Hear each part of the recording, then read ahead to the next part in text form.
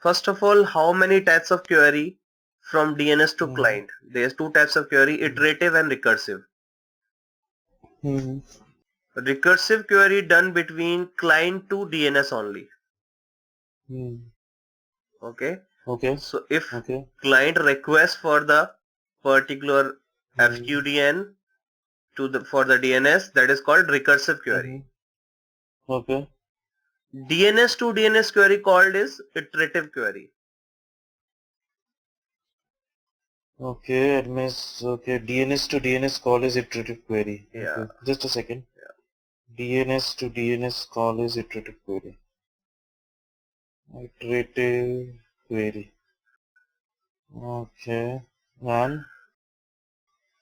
And client to DNS query is recursive query.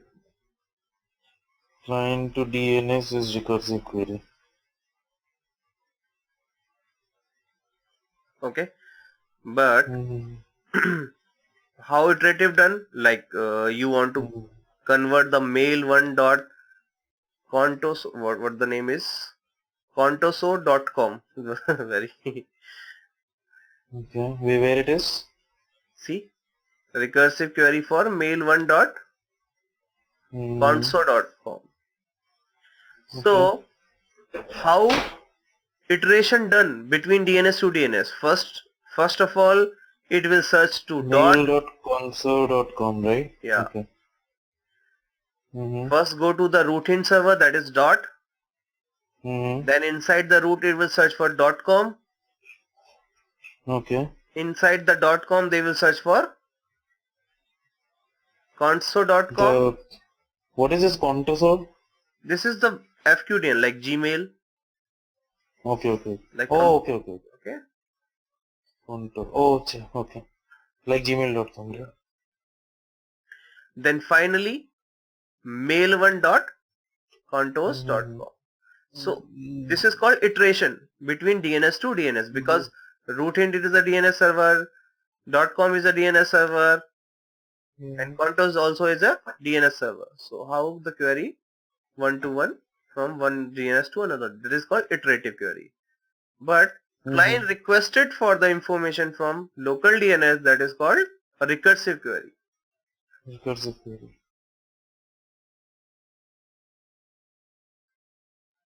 Recursive query for mail1.contoso.com, right? Yeah. So there is a two types of query, iterative and recursive. Recursive query done between client to server. Two types of query. Recursive between client to DNS. Query. What is iterative query? DNS to DNS. DNS to DNS, okay.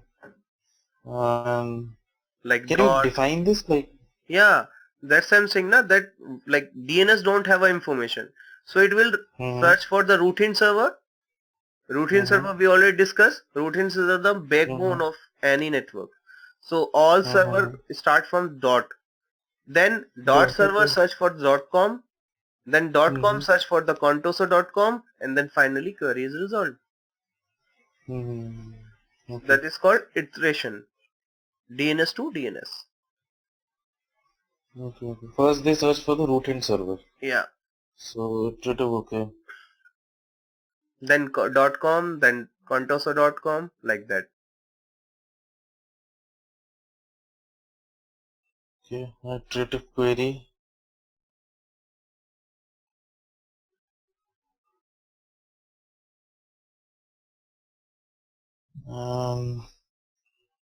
.com.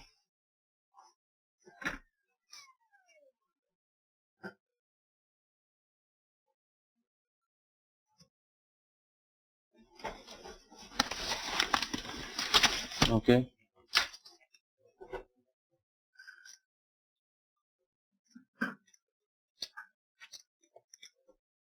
Okay. How DNS caching work? DNS caching increase the performance of organization. How? DNS system by decreasing the time it take to provide DNS lookup.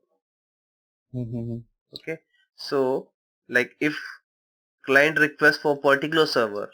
Okay, so in earlier DNS give me the response, and that it automatically save in the DNS cache.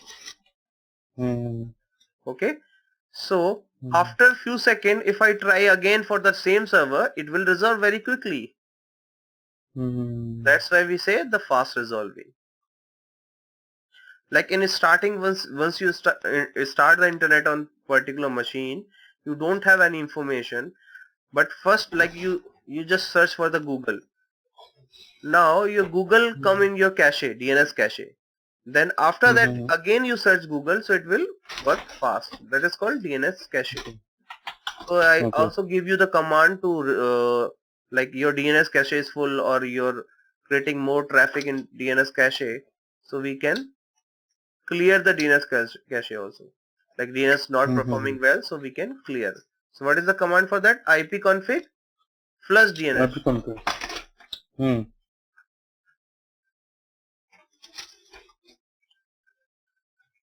ipconfig flush DNS.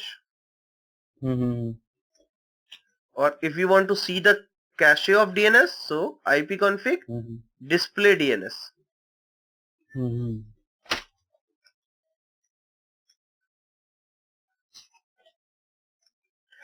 So it will show about the cache. Like I have opened the Power ISO website, so that's why it's creating the cache for Power ISO. I have go to the GoToMeeting, so it's create a cache for GoToMeeting.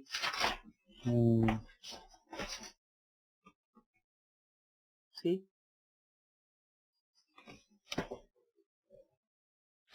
GoToMeeting. So many times I have opened the GoToMeeting, so that's why it's creating a cache for GoToMeeting.